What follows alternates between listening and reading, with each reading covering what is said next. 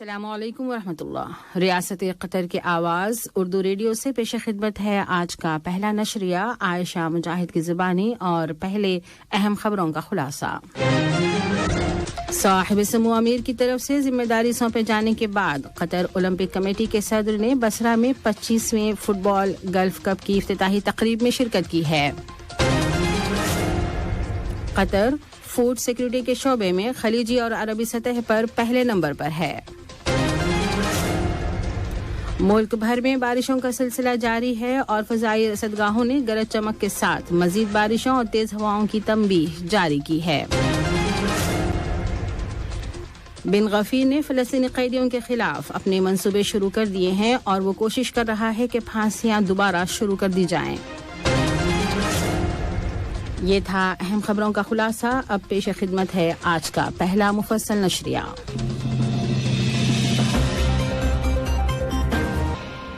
بسم اللہ الرحمن الرحیم۔ صاحب سمو امیر شیخ تمیم بن حمد آل ثانی کی طرف سے ذمہ داری سونپے جانے کے بعد قطر اولمپک کمیٹی کے صدر شیخ جوعان بن حمد آل ثانی نے عراق کے شہر بصرہ میں 25ویں فٹ بال گلف کپ کی افتتاحی تقریب میں شرکت کی ہے۔ شیخ جوعان بن حمد آل ثانی کل جمعہ کی شام بصرہ پہنچے تھے۔ بصرہ کے گورنر انجینئر اسعد العیدانی نے بصرہ کے بین الاقوامی ہوائی اڈے پر ان کا استقبال کیا۔ عراق میں قطر کے سفیر جناب خالد بن حمد السلیتی نے فٹ بال گلف کپ ٹورنامنٹ 25 کے عمدہ انتظامات کی تعریف کی ہے۔ بصرہ میں شروع ہونے والا یہ ٹورنامنٹ 1979 میں دارالحکومت بغداد کے ٹورنامنٹ کے بعد عراق میں ہونے والا دوسرا گلف کپ ٹورنامنٹ ہے۔ قطری سفیر محترم نے اشارہ دیا ہے کہ قطر اس وقت سے اس ٹورنامنٹ کی مدد کر رہا ہے جب یہ فیصلہ کیا گیا تھا کہ 25واں گلف کپ عراقی شہر بصرہ میں کرایا جائے گا۔ انہوں نے زور دے کر کہا ہے کہ قطر ان تمام اقدامات کی مدد و حمایت کر رہا ہے جو اسپورٹس سمیت تمام شعبوں میں عراقی عوام کی مدد کا ذریعہ بن سکتے ہیں۔ قطر کے سفیر نے مزید کہا کہ اس ٹورنامنٹ کی سیکیورٹی میں استحکام ہے اور خلیج کی کونسل برائے تعاون میں شامل تمام ملکوں کی ٹیموں کے شائقین کو تمام تر سروسز فراہم کی جا رہی ہیں۔ انہوں نے کہا ہے کہ انتظامی اور ٹیکنیکل امور مکمل کیے جا چکے ہیں جن کے نتیجے میں اس ٹورنامنٹ کی میزبانی کے لیے بصرہ پوری طرح تیار ہو گیا ہے۔ انہوں نے وہاں کے گورنر اسعد العیدانی کی قیادت میں، جنہوں نے خود بھی غیر معمولی کوششیں کی ہیں، کام کرنے والی مقامی انتظامیہ کی تعریف کی ہے۔ اشتراکی جمہوریہ ویتنام کے ادارہ پروٹوکول کے ڈائریکٹر جناب نوین فیاٹ زوم نے اشتراکی جمہوریہ ویتنام کے لیے قطر کے نئے سفیر جناب خالد عبداللہ عابل سے ان کی اسناد سفارت کی کاپیاں وصول کی ہیں۔ وزارت خارجہ میں ادارہ حقوق انسانی کے ڈائریکٹر ڈاکٹر ترکی بن عبداللہ زید آل محمود نے زور دے کر کہا ہے کہ قطر نے انسانی تجارت کی روک تھام کے لیے علاقائی اور بین الاقوامی سطحوں پر کی جانے والی کوششوں میں لیڈنگ رول پلے کیا ہے۔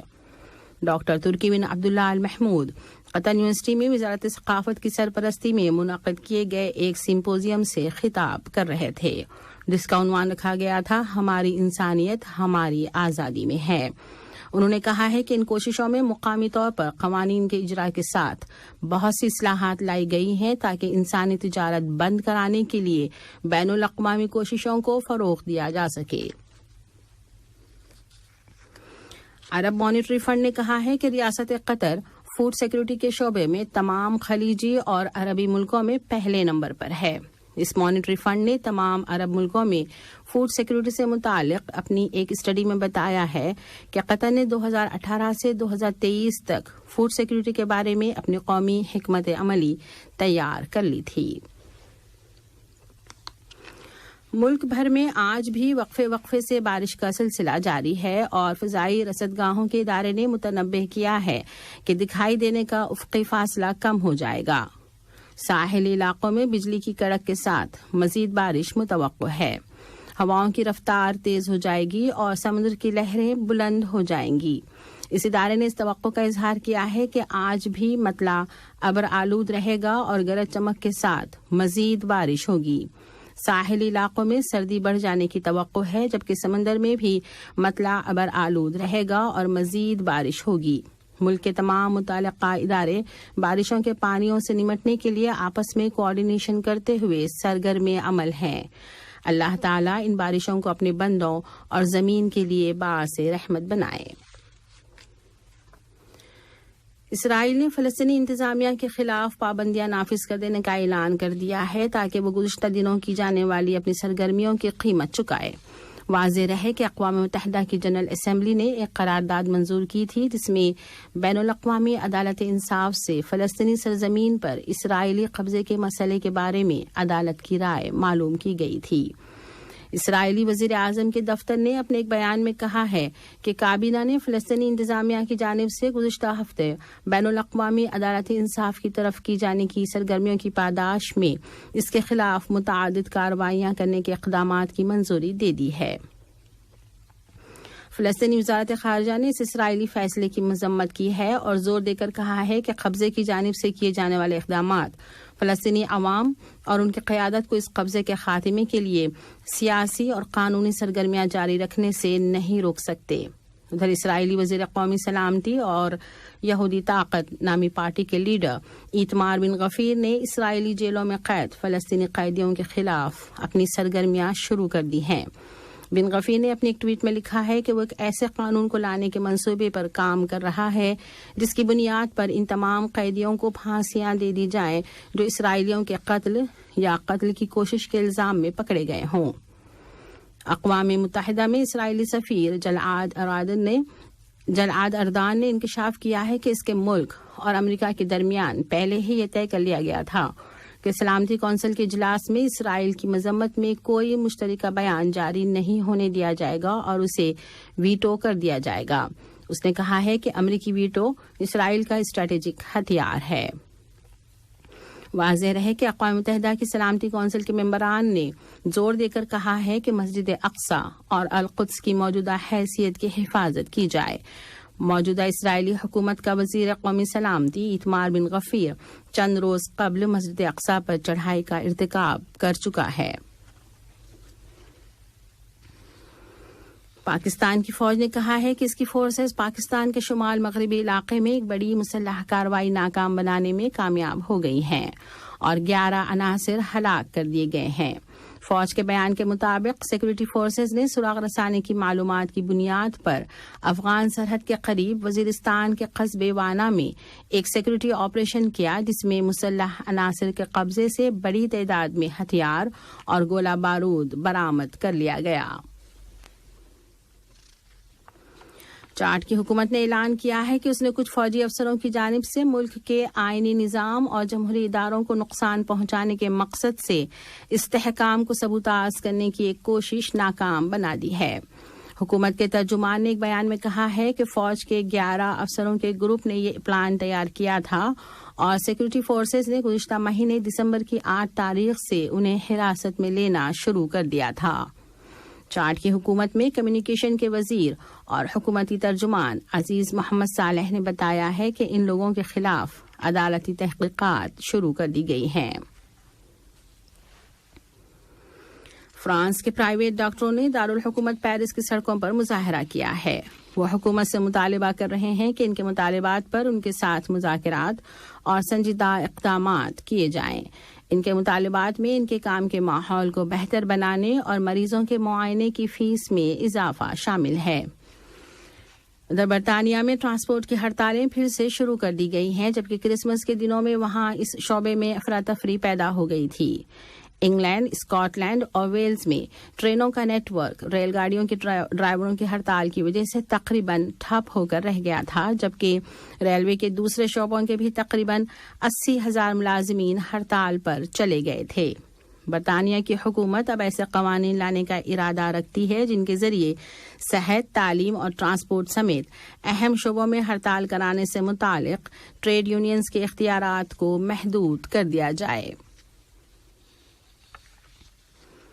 روس کی طرف سے پرسوں جمعرات کے روز اعلان کردہ یک طرفہ فائر بندی برقرار نہیں رہ سکی اور یوکرین اور روس کے درمیان 2 طرفہ گولہ باری جاری ہے۔ امریکہ نے کہا ہے کہ یوکرین پر ہونے والے حملے فائر بندی کے روسی مذاق کی واضح دلیل ہیں۔ روسی وزارت دفاع نے کہا ہے کہ فائر بندی شروع ہو جانے کے بعد یوکرین کی طرف سے کچھ روسی مقامات پر گولہ باری کی وجہ سے روسی فوجیں یوکرینی فوجوں کے کچھ ٹھکانے تباہ کرنے پر مجبور ہو گئی تھیں۔ ادھر امریکہ نے اس کی جانب سے یوکرین کی مزید فوجی مدد کا انکشاف کیا ہے، جس کی مالیت 3 بلین یعنی $3 ارب بتائی گئی ہے، جبکہ جرمنی اور فرانس کی طرف سے کی جانے والی مدد میں لڑائی میں محاذ پر استعمال ہونے والی گاڑیاں اور فضائی دفاع کے آلات شامل ہیں۔ امریکی صدر جو بائیڈن کا کہنا ہے کہ امریکہ کے امیگریشن سسٹم میں سقم پائے جاتے ہیں۔ اب ان کے اس قول کا انکشاف کر دیا گیا ہے کہ ایک محفوظ اور انسانی منصوبہ لایا جائے گا تاکہ میکسیکو کے ساتھ امریکی سرحدوں پر دباؤ کم کیا جا سکے۔ اس منصوبے کے مطابق اب کیوبا، ہائیٹی، نکاراگوا اور وینزویلا سے طیاروں کے ذریعے امریکہ جانے والے اور مطلوبہ شرطیں پوری کرنے والے 30,000 تارکین وطن ہر مہینے امریکہ میں داخل ہو سکیں گے۔ اس کے ساتھ ہی ان لوگوں کے خلاف مزید سختی کی جائے گی جو غیر قانونی طور پر امریکہ میں داخل ہونے کی کوششیں کر رہے ہیں۔ اور اب کچھ کھیلوں کی خبریں۔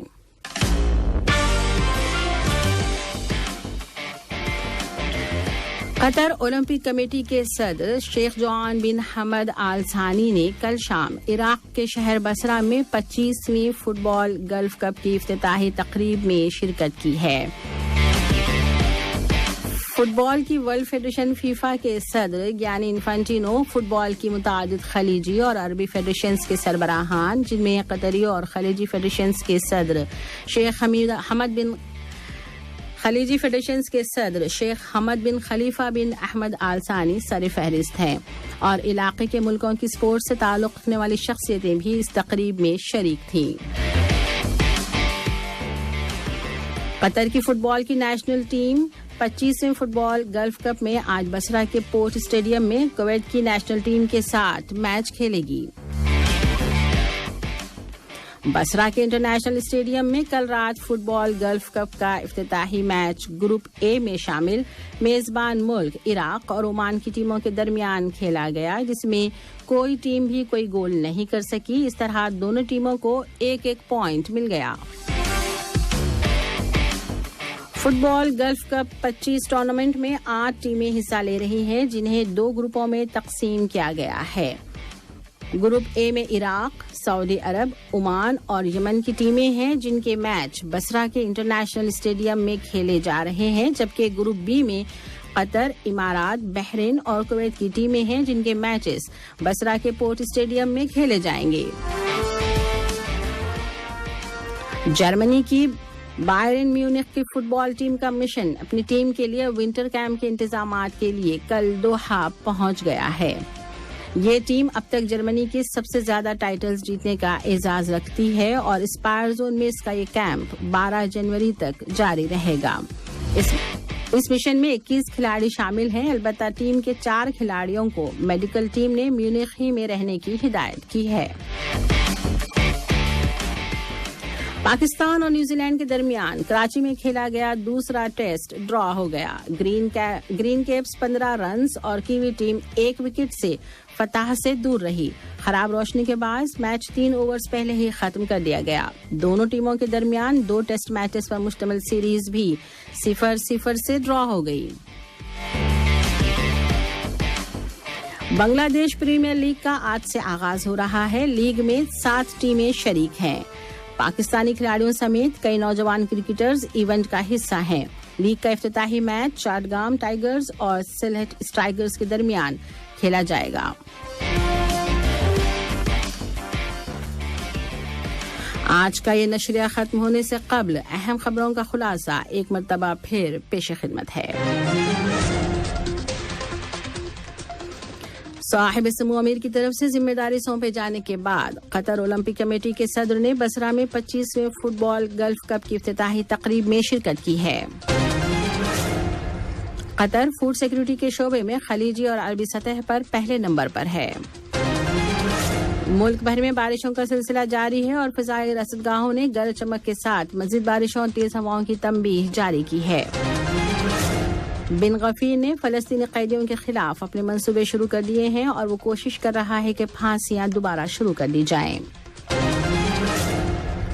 اردو ریڈیو قطر سے آج کا دوسرا نشریہ اپنے اختتام کو پہنچا۔ نیوز روم سے نیوز ایڈیٹر سیف الرحمان اور اسٹوڈیو سے تکنیکی معاون جابر حسن اور عائشہ مجاہد کو اجازت دیجیے۔ اللہ حافظ۔ ہمارا دوسرا السلام علیکم، میں ہوں شیخ نور البوا کی 1 کیو ریال سے، اور کافی دنوں سے میں سوشل میڈیا پہ بہت سے ویڈیو دیکھ رہا تھا۔ بہت سے لوگوں کا جاب چلے گئی اور ٹرمینیٹ کر دیے ہیں، ملک بھیج رہے ہیں۔ تو ایسے ویڈیو دیکھ کے یاد آیا کہ اپنے کمپنی میں ہائر کر رہے ہیں لوگوں کو جو بھی ٹرمینیٹ ہو گئے ہیں، ملک جانے کی فراق میں ہیں۔ تو ایسے لوگ اگر قطر میں ہو کے کام ڈھونڈ رہے ہیں، کام چینج کرنا چاہتے ہیں تو اپنے کمپنی میں ہائر کر رہے ہیں۔ مجھ سے کانٹیکٹ کیجئے، اگر ہو سکتا ہے آپ کو انٹرویو میں پاس ہو جائیں گے تو ہم لوگ اپنے کمپنی میں لیں گے اور چینج بھی کر لیں گے۔ اور ملک جانے سے اچھا ہے ادھر ہی ہو کے چینج کر لیجئے، اور کسی کو ضرورت ہے تو یہ ویڈیو ان کو، آپ کے دوست وغیرہ، ان کو بھی شیئر کیجئے تاکہ وہ ملک جانے سے اچھا ہے اپنے کمپنی میں چینج کر کے اپنے یہاں پر ہی کام کریں۔ تو ایسے لوگوں کو میں کام بھی دے سکتے ہیں اور چینج بھی کر سکتے ہیں۔ اگر ٹرمینیٹ ہو گئے ہیں نو پرابلم، ہم اپنے کمپنی میں ہائر کر کے لے لیں گے۔ Thank you.